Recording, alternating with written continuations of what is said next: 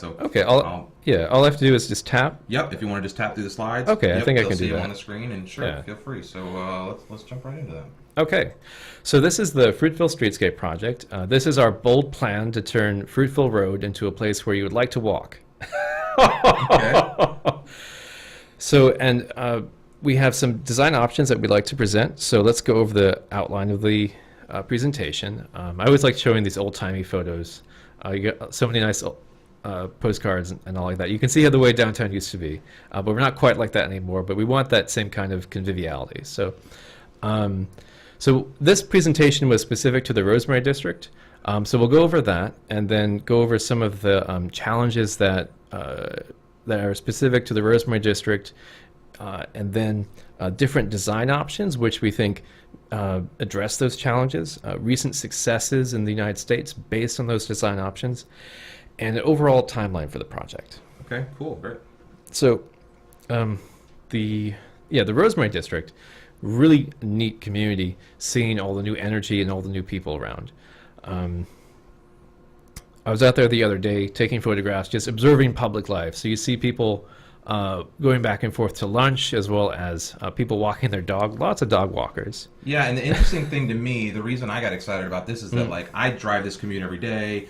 This building was in some of these shots. Like this is very relevant to us. Like I ride my bike on this road. I live just across from here. You know, I live by 10th Street by the boat ramp. You know, and so this was just all very relevant to me to see some of this. And we have to cross Fruitville back and forth here just to get to the parking lot and whatnot. And so when I saw some of this stuff, I just thought it was real relevant. It's a challenge, and anyone who walks, if you walk it yourself, you can see immediately the difficulties of getting back and forth. Yeah. So on top of that, we've got parents with strollers going back and forth on all the new apartment units, and then also men wearing shorts, sneakers, and a cap. Which somehow the stars aligned, and I got 3 of them in one shot in this photo. But you get the very adventurous type we have out in the Rosemary District. So if we want to be... Let's just have some fun just because we can, you know? We got 1, 2, and 3. Right. So, you know, it appeals to a certain laid-back mindset, but also that you see, you know, bright colors, good energy. So, and if we want to be adventurous too and put on our cap and our shorts and our walking sneakers, what would we find? So first off, the sidewalk is way too narrow. There's room for about one guy to walk down, and so we want to make it so it should be wider. And then if you walk out any of these stores, like there's a great vegan restaurant on this block. If you walk out the door, you feel like you've dropped into the street. So we want to widen. So the sidewalk should be wider. Then it's no good for people with disabilities. In this photo, it shows how if there's a curb cut and somebody in a wheelchair has to cross it, and there's no way to go behind that on a flat surface, then they're at risk because they can tip over. So it's really people with disabilities are at a disadvantage on Fruitville Road. Then the crossings aren't great where they are. Otherwise, you'd see people using the crossings more. Here's a guy who's probably risk impervious. I saw him walk all the way down, all the way down the median. So, so what we want to have is better places to cross so that people know they can cross. They can cross there. Yeah. Then it takes too long to get across. I was at Coconut, and this pedestrian here decided, no, I'm not going to wait for the light. I'm just going to go for it since it was clear. So it's not convenient enough for people walking, or else you wouldn't have this kind of behavior. This stuff happens everywhere, though, right? Like, I mean, people crossing the street. Like, these things aren't unique to, like, this traffic behavior is not unique to Sarasota, right? And then it is, again, it's a major thoroughfare on Fruitville here. So, like, none of this is really too crazy, right? It's not so uncommon. That's very true. But at the same time, it's a safety issue. If speeds are too great and we don't have, and there aren't good places to cross, so we want people to cross safely. Gotcha. Yeah. Okay. Could use more shade. One of my current campaigns is to examine the question: how do we get shade onto the sidewalk? And we want shade trees to do that, but there's certain rules and regulations that pertain to shade trees. So what would be nice, if you really need at least 5 feet in addition to the sidewalk to have enough room to plant medium-sized shade trees. So, but if you're on the north side of the street, there's just no shade. And so it's okay during winter months, it's survivable. But then during summer months, it's just totally hot and then no one's out there. Yeah, and then it's not a place to hang out. So, and if you read Jan Gehl, who's a very good urbanist and a planner, it's something to note when people feel comfortable enough in a space where there's room for them to hang out. If they're just chatting along the edge, or there are bollards or other, or archways that people hang out in. And so that's how you know you have an active social space. So this is all the hanging out you'll ever see on Fruitville Road, inside the safety of a door portal. Now we have, like on Main Street, we have people out there all the time at sidewalk cafes. And so one of the paradoxes of modern cities is that you can have a road, Fruitville has 20,000 vehicles per day, but it feels empty. And so why is that? It's because you don't have people spending quality time, long amounts of time on the street. And so that's the challenge, is to have people stay so that it feels like inhabited.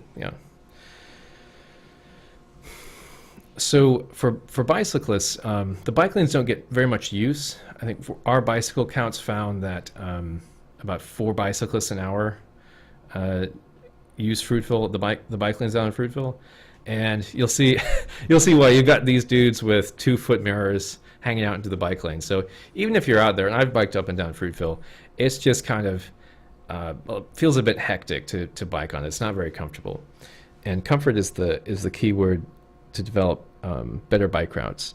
And you can see another reason why you've got a bike next to this guy, the oversized load. So you're not going to want you don't want like a 12-year-old bicycling next to that.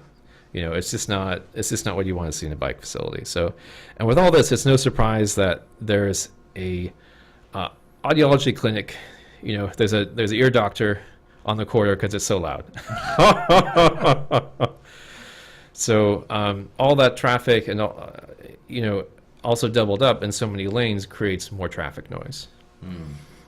And lastly, for people who ride the bus, where we've got bus stops and benches, you're just right. There's not enough room to put in a shelter or anything, and you're just sticking right there out in the traffic. So today it's just a place to get through. It's not a place to hang out.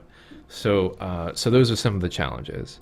And here we've got a model and a video showing all the action that's going on. And this is what with existing conditions today. So you've got the guy, you can see him at the corner, waiting for his turn, and then waiting when he's going, and oh no, there's a car turning right into you. And that's a common problem.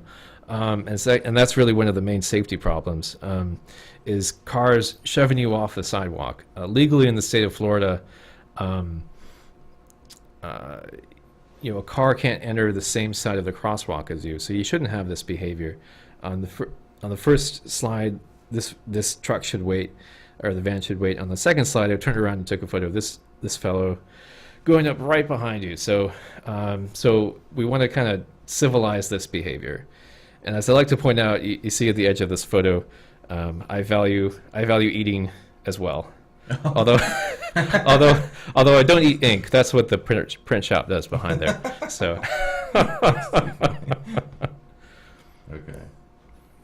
So, but again, this is driver behavior, right? So I guess I'm still not clear how, because we'll see here in a second some of the plans with roundabouts, and this is driver behavior. How does fixing the road or maybe reducing the width of the road change driver behavior? Because there will still be crosswalks, and theoretically people might still clip somebody off early. Like what? How do you avoid that? How do you avoid any of that from taking place? So the way to address that, and it's something that's manageable as long as speeds are low, people have eye contact, and but if it's something that's like that cars are free and clear to travel as fast as they want, then it becomes a safety issue. So you still have that negotiation, but with roundabouts, what everyone is facing each other, there's much more eye contact, and it's structured so that you only have to manage one crossing at a time if you're a pedestrian. So what happens is that the roundabout resolves some of these behavioral issues to the point where they're not a safety problem. Yeah. So and in terms of safety, this is the crash history, excuse me, along the corridor, and there was a fatality actually at Lemon and Fruitville back in December 2017. So, and you see, I was actually there. In previous presentations, I actually had like after crash photos, but because people were saying, "Oh, Fruitville's actually safe," it's not safe. Yeah. It's not as safe as it could be or should be. How does this compare? This was one of those slides where when I saw it, I was like, okay, 238 total crashes in 5 years. You know, like you do the math, it doesn't seem like that many. How does that compare to like other roads of this traffic volume? I think that would be like a more, useful comparison. So I think total crashes isn't as important as injuries and fatalities. So let's say US 41 and US 301, they have quite a few fatalities and pedestrian fatalities. So I think in a 5-year period, let's say from just along the hospital between on South Tammy Trail from about Bay Vista to Hillview, there were about 4 fatalities in a 5-year period. That's a bad section. Really, the goal should be to have 0 fatalities, and that's what many cities are pushing for, is Vision Zero, to the point where you've managed speeds and all the negotiation between the different users of the transportation network that you've gone to 0 fatalities. So on any neighborhood street, so by comparison, any neighborhood street, if you were to pick out like Colorado Street in eastern Sarasota in the city, or like a street in Indian Beach, Sapphire Shores, you'll probably see somewhere between 0 and 3 crashes within a 10-year period. So and so any neighborhood street is going to be really calm. You're going to have like 0 to 3 crashes over 10 years. This is over 5 years.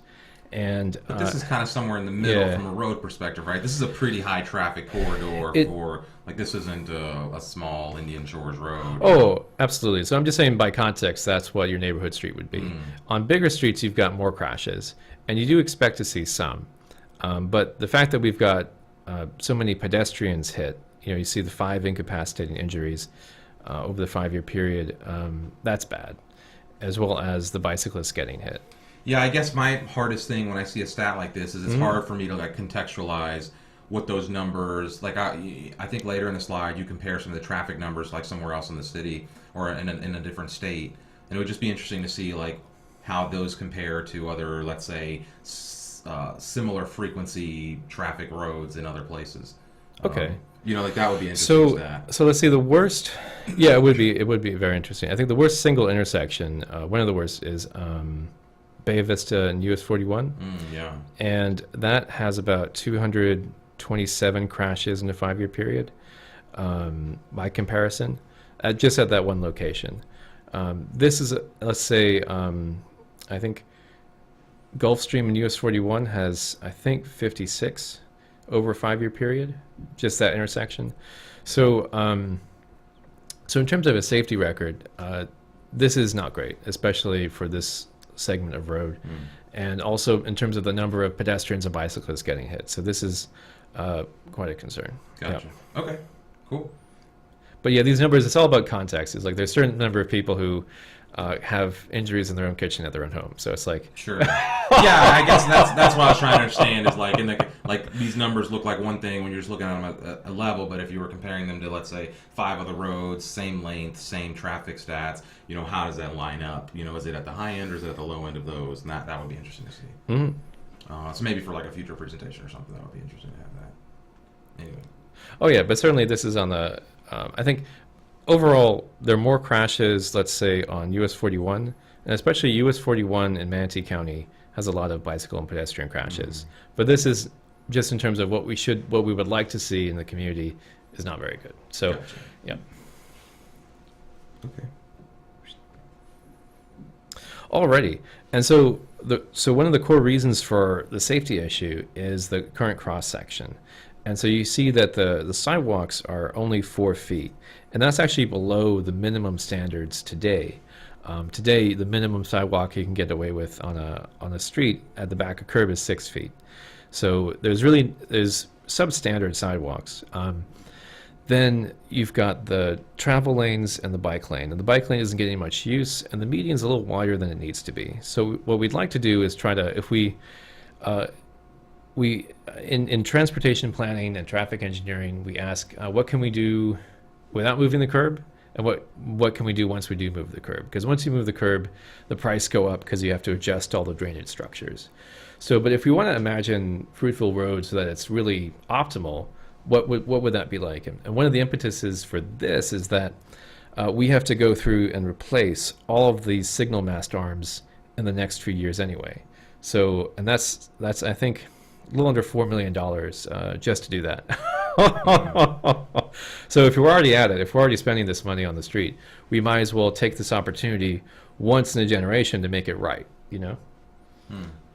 So, and with that, that's the first thing we can do is, comes out of the Downtown 2020 Master Plan, and that is to eat up the bike lanes and bump out the sidewalks so we've got enough room for shade trees. So this becomes option 1. And what we do with this, the sidewalks become 10 feet, so that's 5 feet for sidewalk, and then 5 feet for a minimum width for a shade tree. And with that, it can be made much more comfortable. And we also relocate the bike routes to 2nd Street and 4th Street. So we realize we can't just not give the bicyclists an option. We have to make accommodations if you want to pass through, if you're a bicyclist and you want to go through across town. So coupled with this project is the 2nd and 4th Bikeways project to turn 2nd and 4th Street into bikeways. There's already so many bicyclists going up and down these streets, and I'm sure at my office I look out on the 2nd Street and see bicyclists all day. Would that mean no traffic on those roads, or what?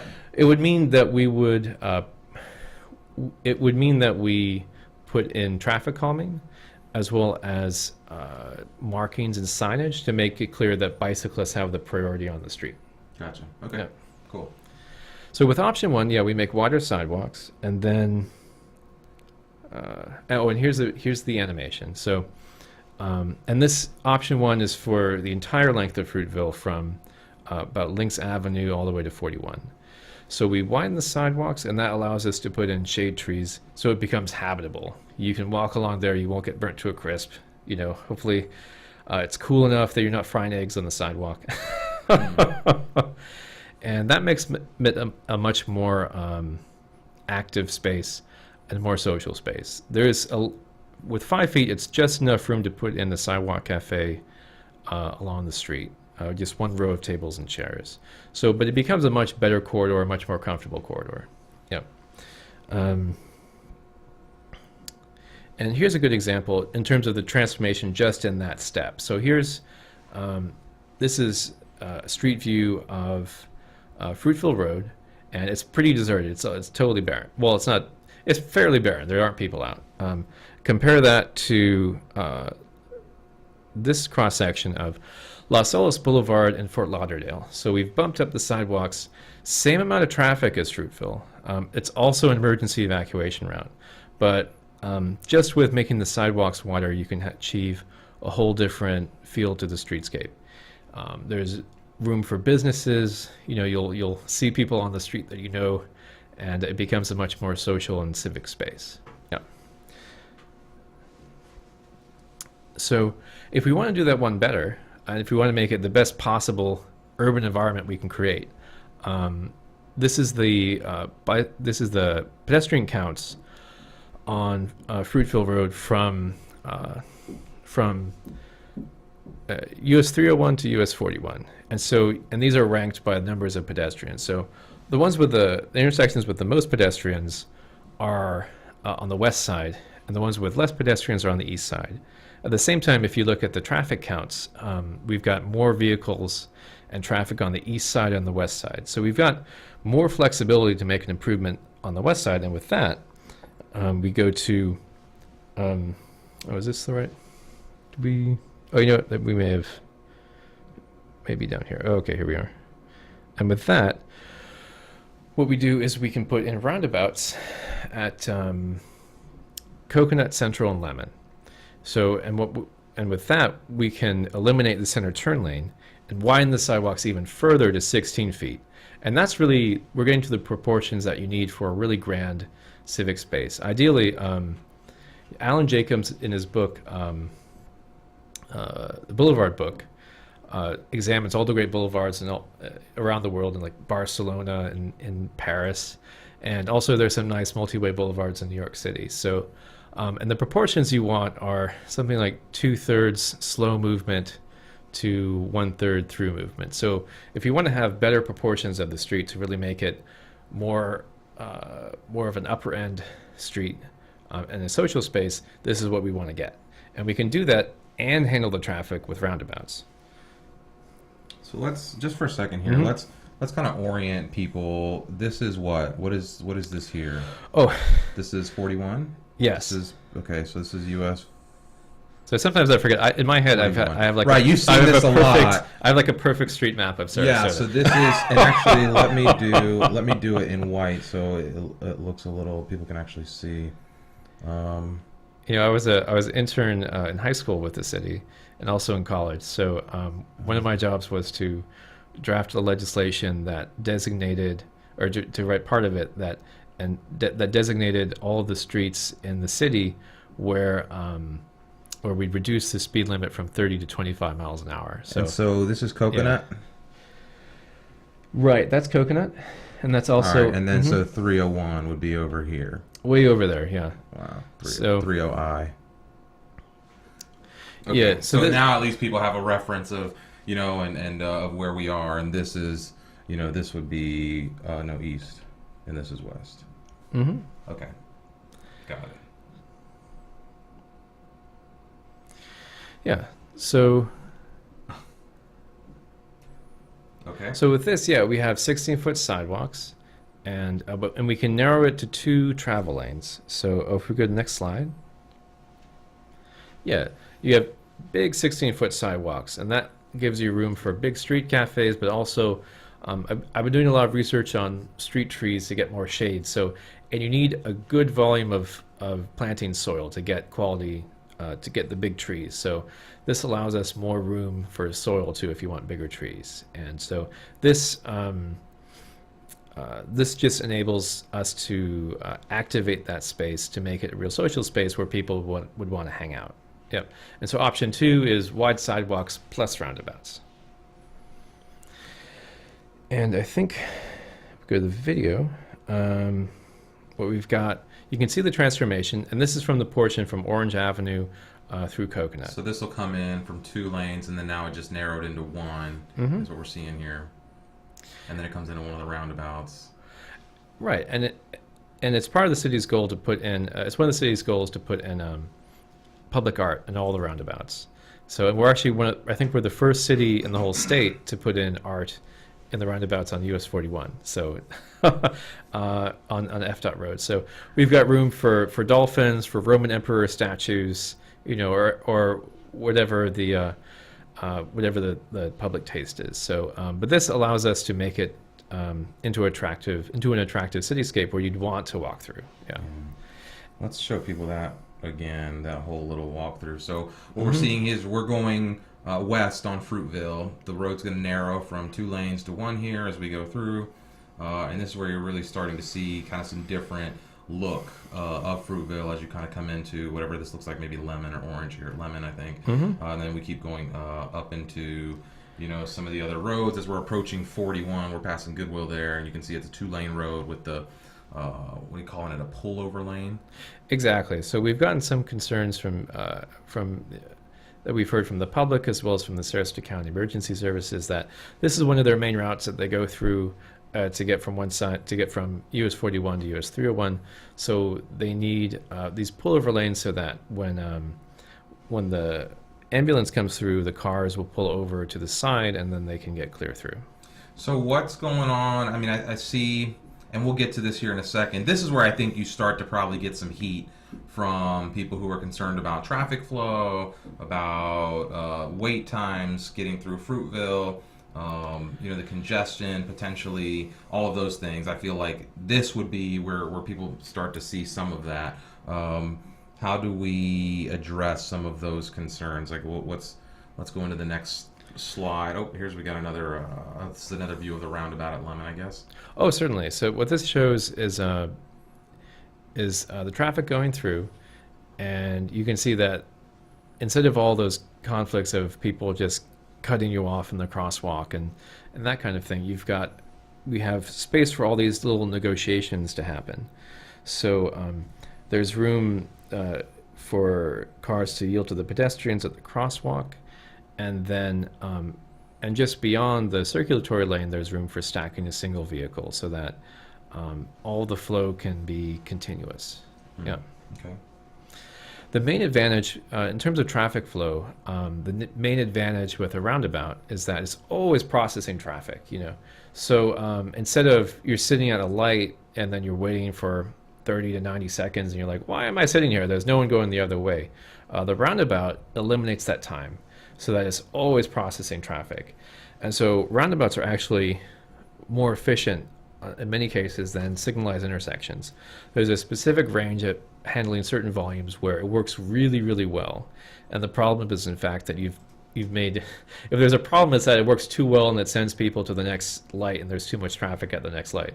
But nonetheless, is that taken into consideration? Because what was it? The guy who was here recently doing the walkability, Jeff Speck. Yeah, he said something about the city's obsession with roundabouts and kind of, yes, I was sure. We seem to just want to put a roundabout everywhere. It's like, hey, there's an intersection, let's make it a round, and we have we have a very specific driver demographic here, and so leaves a couple questions. First of all, why the obsession with roundabouts? And second of all, are we making any considerations for autonomous vehicles? Are we thinking about that as a city? So in terms of roundabouts, it's actually FHWA and it's the Florida Highway Administration and FDOT, the Florida Department of Transportation. Their stated policy is that in any road reconstruction project, a roundabout alternative be considered. And that's because just looking at the statistics, it's just one of the only win-win-wins in traffic engineering. It processes cars more efficiently, it's safer for everybody, and it's better for pedestrian crossings. Okay. So it's just the one thing you can do that makes everybody better off. Yeah.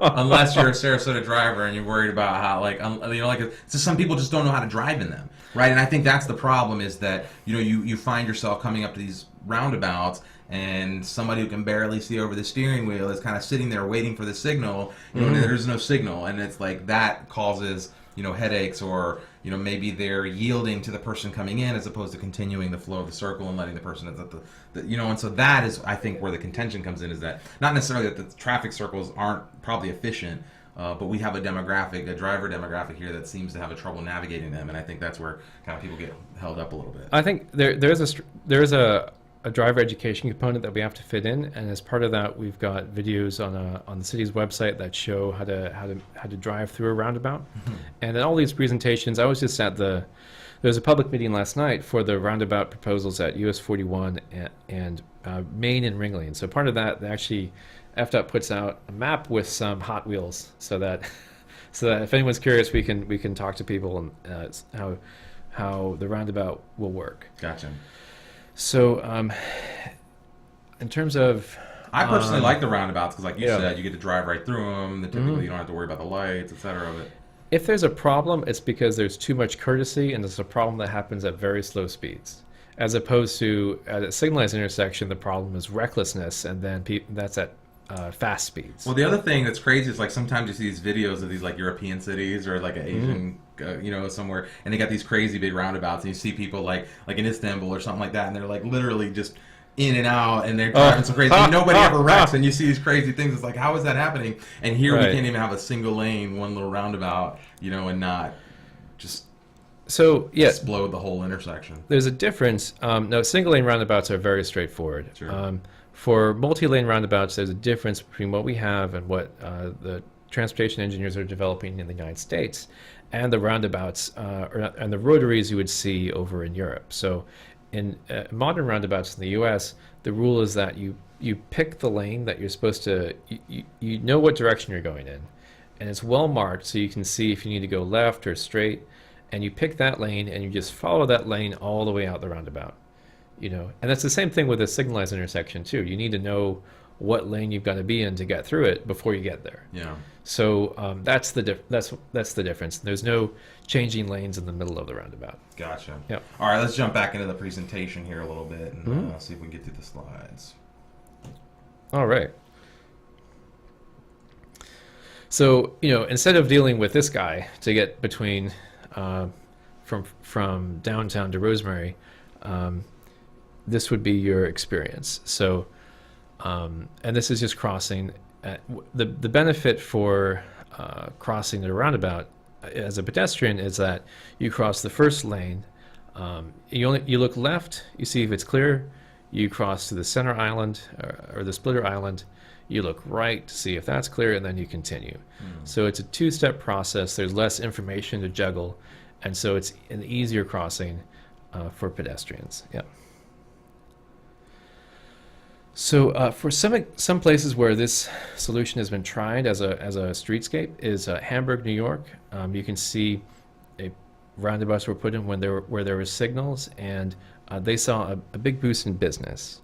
Then there's La Jolla Boulevard over in San Diego, and you can see the difference is just night and day, where it's a 5-lane cross section to 2 lanes with roundabouts. And so it's the same amount of traffic, and we actually have the same design team working on the concept plan as did this. So precise parallels, same number of cars, and so makes it a nice place to walk. It slows traffic and it brings beauty to the city. Yeah. So this is a model showing the whole transformation. You start off like it is today. The cars don't care; they'll just cut you off. And it's a really wide crossing. Then we've got the 10-foot sidewalks. It makes it a little better. There's more shade and the crossings are more narrow, but then you've got the same behavior. Do they just walk right through each other? Pretty much, yeah. So, and then you have the roundabout where things are more civilized. Everything is negotiated better, and it's just a more pleasant space to be in. There's no denying the aesthetic appeal here, right? Like from a visual standpoint, there's not even a consideration to be made. I'm just not sure. Like my biggest concern comes in turning essentially the main thoroughfare, which is Fruitville Road, the east to west corridor, into what looks like a small residential road that I don't understand how you would get the flow of traffic at 5 o'clock in the afternoon through this, from everyone coming off the island, everyone coming from 41 to 301, etc. I mean, theoretically, you redivert them, but where would you redivert them to? There's no other major thoroughfare through this city. Well, there's no need to redivert anyone, really. So as part of kind of what's out there today, the whole transportation network is optimized so that people going north and south on US 41 and US 301 get the best times at the intersections. So at either end, it's simply a limit based on how many cars will clear those lights on what happens in the middle. You only get so many cars through based on that. So it just as a matter of what the transportation system can do, there's only so many cars that are going to get through, and it's not going to get much bigger than that. Even though that's the case, we've run our modeling factors in traffic growth and growth from the new developments. And even with that, and there's some figures at the end of the presentation which show that at the design year, working to the year 2038, the roundabouts still, because of their ability to, the option with the roundabouts, option 2, with their ability to process the intersection traffic more quickly and efficiently, produces the best times overall. So even if your goal is to I'm coming in from the Keys, I want to get through this place as quick as possible to get to wherever I need to go, the option 2 still has the best travel times, And how is that calculated? Like, how are those routes calculated? How is that mapped then? Because I did see that chart in here. Can we, do you know which slide that is? And we can jump back. We're on 36 here. So. Yeah, let's see where that is. So is that this one? No, that one. It's the one after that, I think. Okay. Yeah, there it is. Right. So they take the existing traffic counts and then add in the background traffic growth. And actually, the growth on Fruitville, if we look at the real count data, has been flat for the past few years. So even assuming any growth is actually a conservative assumption. So walk me through. We're looking here.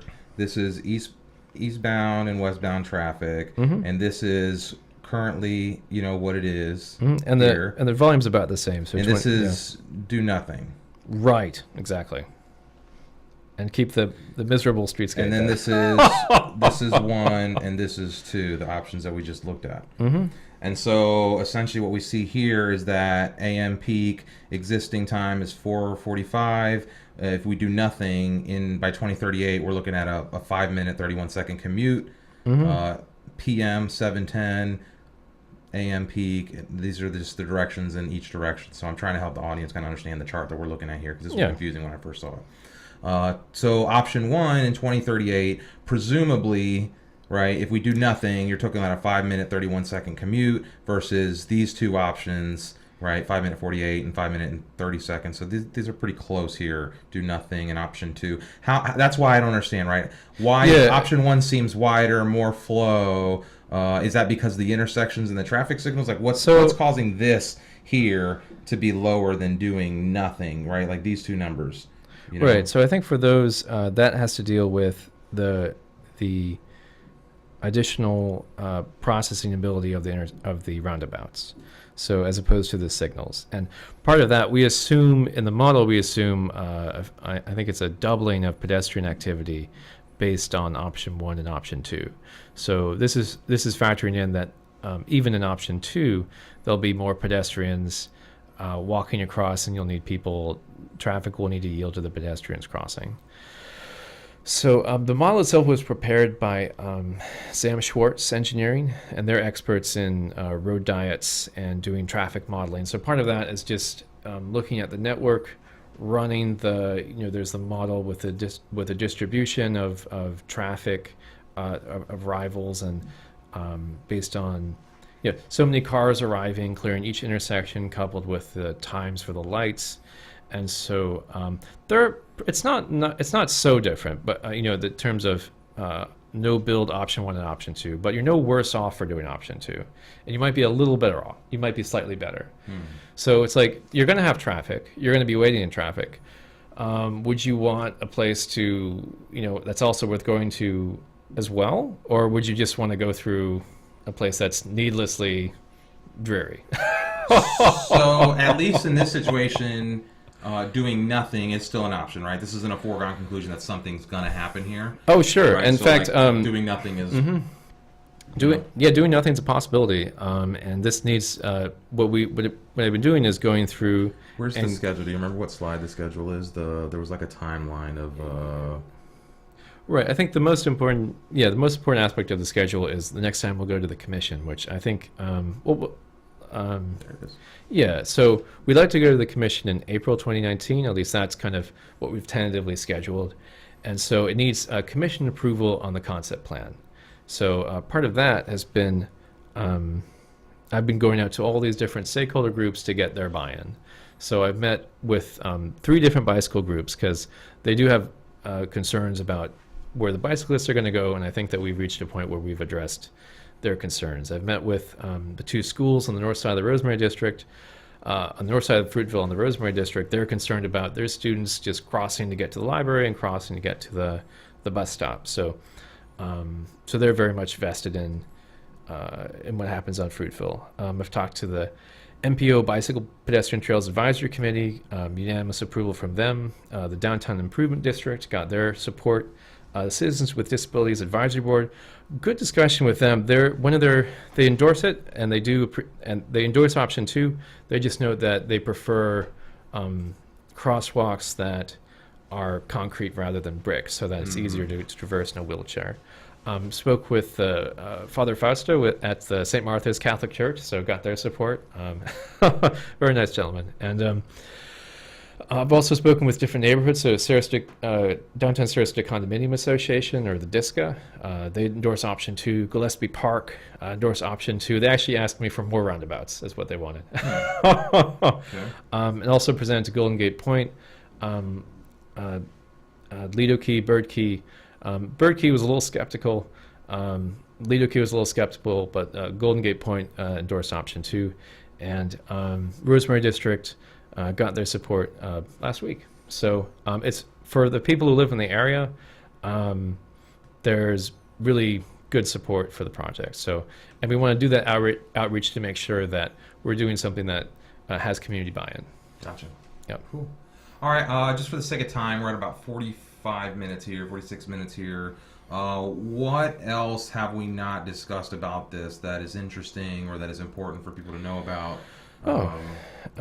We will talk to somebody who opposes this Okay. a little bit later. Okay. We want to get a full perspective of what are the naysayers saying? 'Cause, Well, it sounds good. So what are you hearing as you things that might create a problem for this project or challenges? there's always challenges during construction. So, and there are real impacts to businesses when there is construction. So that's something that it's on the city and it's on the construction contractor to try to mitigate those impacts while they're during construction. So, in the past, if you take Main Street for example, during that streetscape project, the contractor constructed temporary platforms and during construction for entrances to the businesses.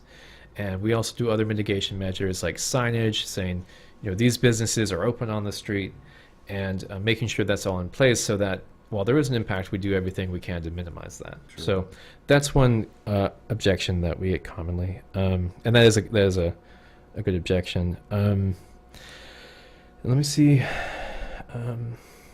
There was another slide. Oh, evacuations is what I want to get to. Let's back a little bit. Right.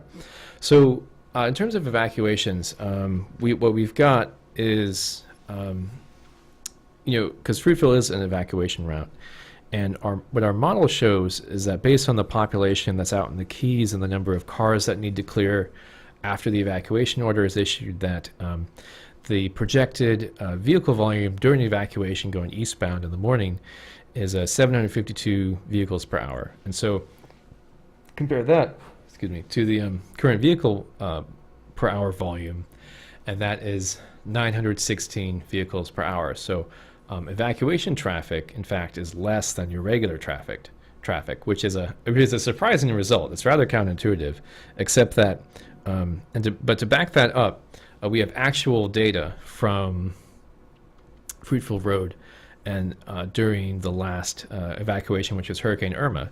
So you can see, as I like to say, these are different weeks, and so you have normal week. So this is a week from here to here, right? Yeah, that's a week. From here to here. Normal week. And then another here, and this is Irma? Yeah, civilization crashes. And then it goes back to normal at the end of the week. Yeah, civilization returns. So we're very thankful for that. So, but if you look at your normal weeks, they're pretty much above the week heading up to Irma, and pretty much in line with it. So it's nothing that, even though, it's something that needs to be handled, the evacuation traffic is something that even the existing corridor handles, and then the processing ability of Fruitville is not going to change, even with the roundabouts. So, and with this evacuation, there's always the option of opening the westbound traffic to go eastbound also to counterflow or do contraflow.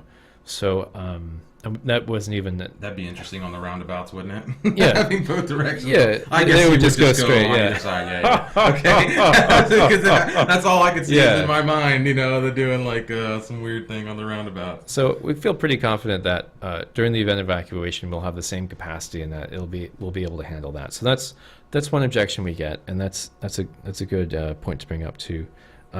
What's the cost benefit? I think. We calculated the cost-benefit ratio because we were applying for a grant earlier this year. And so, based on just the safety record, there's injuries and fatalities as it works out, calculate to a certain amount of, to a dollar value in terms of what is it worth spending to prevent these accidents and crashes from happening. So based on that, it's it's 4-to-1 the benefit to cost for the corridor. So it's definitely worth it 4 times over to do the improvement. Yeah, I guess that's another question that comes to my mind is how do you pay? You know, who pays? Where's the money come for this project? Right. So I think it'll take a little bit to put together the funding for the project. What we'd like to do is start with engineering design, and then put together enough to have a match, like a 20% match, something around there, so that we can get federal funds or grant funds to build for a good portion of it. I think in terms of where we can get the biggest bang for buck for transportation improvements in town, I think this is really one of the spots where the city can focus investment to get a real transformation. So, Great. Yeah. Okay. And let's see, any other? Jeff Speck did endorse the project with the roundabouts. He had a few design notes, which this is a concept plan and we can factor these in. If we really need the emergency lanes, and I think, well, and just he wanted us to be sure that it's flexible so that in the future, if we want to turn them into bike lanes or have other uses or parallel parking, that we can do that. And part of that also is making sure we have enough space for canopy trees is one of his points. So I think that we're at the concept plan now, and we did get that. We do have those concerns for about emergency access, so we probably want to keep that, but design it so that it retains some flexibility where we can, if it doesn't become a problem, we can change it in the future. Let's see if there's anything else. I think these other slides have like data. And we'll link the slides, so we'll have the slides, these same slides, so anybody who wants to kind of walk through these. And then we'll also link to your site where there's like kind of the version history. I think you can kind of see the slides have made progressions over the last year as you probably present and find new information. And so we'll link to the city page with all of the other presentations and information about this as well. Right, and I think one key thing is that for shade trees, you're going to need people may want to come up with different cross sections that retain the bike lanes. And for shade trees, you're not going to get a shade tree with less than 5 feet of planting width. So if there's a cross section with 7 feet, that doesn't really work. You're not going to really achieve the results. And while we're at it, we might as well go, full tilt walkability. That's what I think. Right. And but that's why we go out to the public. We ask, what would you support? And option 2 comes directly back from public feedback. So how will this process then play out? You go to the city commission, you get approval from them. Does it go to a vote of the people? Does this have to go to is there some kind of referendum, or how does this? No, this is just approval at the city level, and then right. It goes. We do the public outreach to make sure we've got the public support. This isn't like the Legacy Trail. We're not doing a bond referendum or anything, so it doesn't go out to a vote there. But it does go to the city commission. As they're the representatives. Yeah. So with their approval, we can proceed with design, and then over the next few years, try to pull together enough funding to proceed with construction. Yeah, I guess if I'm playing devil's advocate, then that raises a red flag too, that this hasn't been done more publicly, if you will, because it's not just the city residents that are going to experience Fruitville, right? They live there, so of course I might want to turn the highway outside of my house into a residential walkable street, but what about the commuters? What about the whatever? Like, are they being, how is the public sentiment outside of just the neighborhood being gauged or interacted with? Well, that's why we did go out to Lido and to Birdkey. They're interested publics, and before this gets approval, it goes to a publicly advertised meeting at the city commission Also, level. how they're hearing, probably. For anybody from the general public to voice their concerns or their approval. Cool. Yep. All right. Well, I appreciate you coming out, Daniel. This has Certainly. Been very informative. Hopefully our viewers have got a little chance to catch up with what's going on with the Fruitville Streetscape Project. Like I said, we will post the information about this moving forward on the website so that you can get a little bit more information about the different things that are taking place. You can look for us to have more interviews like this moving forward as we bring you up to speed on the different things that are going on all around the city. Other than that, we'll catch you guys in the next video. Thanks, and adios.